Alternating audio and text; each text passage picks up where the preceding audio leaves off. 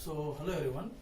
So as we discussed in the previous class about the pointers, now today we will discuss the next chapter, that is data file handling. Data file handling. So as how the files will be handled, okay, and what are the different types of files we are using. So everything in detail we are studying in this data file handling chapter.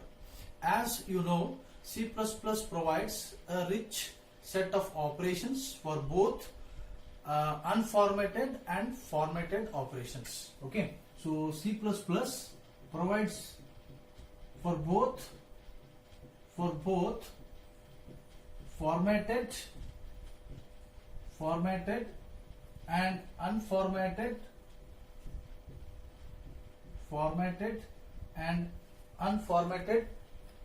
IO operations will be done. Okay, so that is IO means as input and output operations can be done in the C++. Okay, and which is having the rich set of the operations. Okay, and another point regarding the basic of this C++, and there are some standard libraries. Okay, so C++ provides you the standard libraries, okay, and extensive set of input output capabilities. Okay, so when you go to the as file handling means you have to know there are some C++ standard libraries. So these standard libraries provides you for the input and output capabilities. Provides for input and output capabilities. So there are so many input file operations and also the output file operations.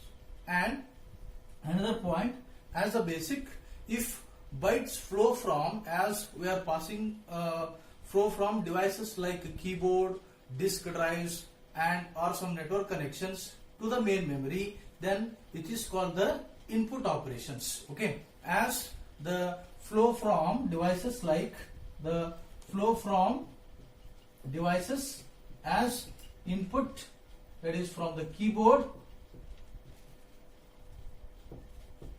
If it is devices which is passing from the keyboard or a disk drive, okay, if it is passing through the keyboard or the disk drive or network connections, okay, or network connections, then whatever the flow here, the flow will be passing with the keyboard, or it may be any disk drive, or it may be any network connection to the main memory, Then when you passing this to the main memory, then this considers as a input operation, is called input operation. So anything which is passing, as I told you, the input, we have the keyboard, we have the input, okay, and we have some network connections, and we have some disk drives which are passing the files will be flow from these devices, then it is the input operation. If there are some flow from the main memory to the devices, okay, flow from main memory to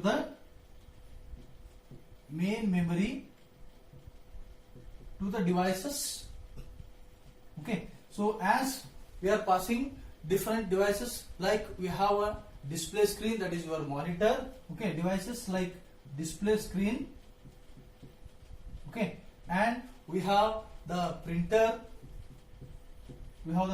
as it is an output device, okay, and there are some disk drives here also, okay, so all this whatever you are passing through the main memory with your devices like printer or display screen, okay, so this connection is called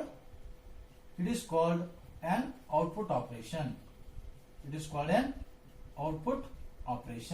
So as we are passing the different flowing from the different with the keyboard with the network connection and with your disk drives, it is input operation, and we are passing through the memory from the main memory to the printer or display screen, then it is, you call it as a output operation. Okay, so and when you go to the in detail about this file with your file handling in C++, it is very rich. As I told you, we have so many input file operations and also the output file operations. Okay, and in the file handling, as I told you, there are input operations can be done and also the output operations can be done with the help of some storing of the files. Okay, and here when you are going for the files helps in storing the information permanently. That is a very important point, as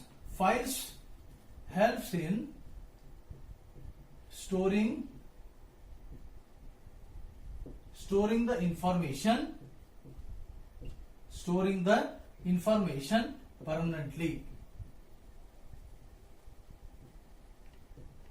because as we are writing some program or it may be any your database, so you are all storing the files, then these all files will be stored in your computer as it gives you the file extensions. For example, if I take word processor,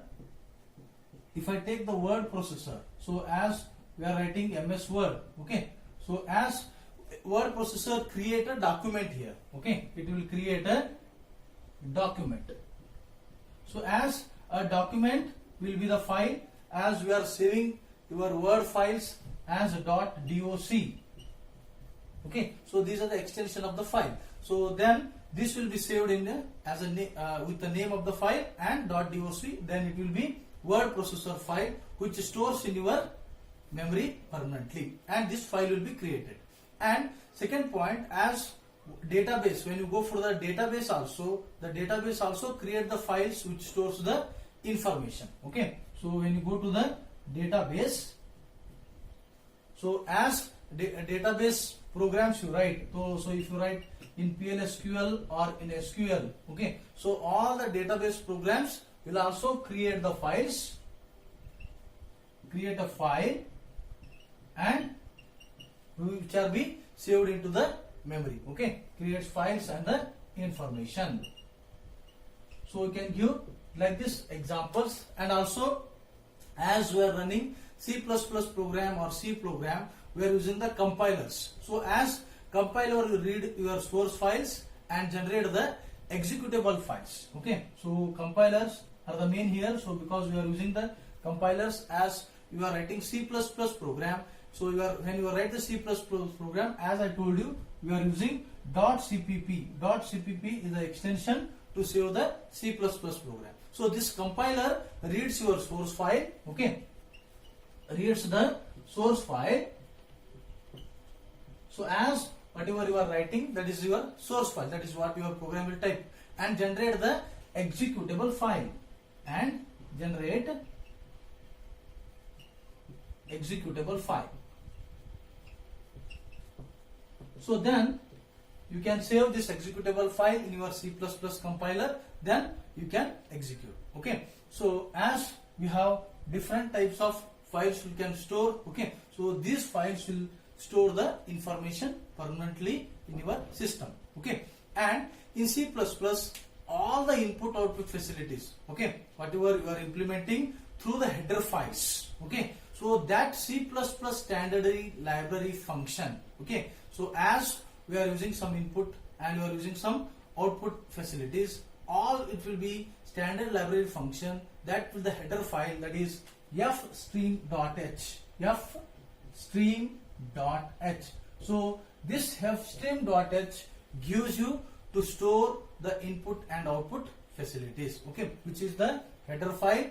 Whereas writing hash include iostream.h, hash include IO manipulation, then here we have fstream.h. In this fstream.h, which comes both input and output.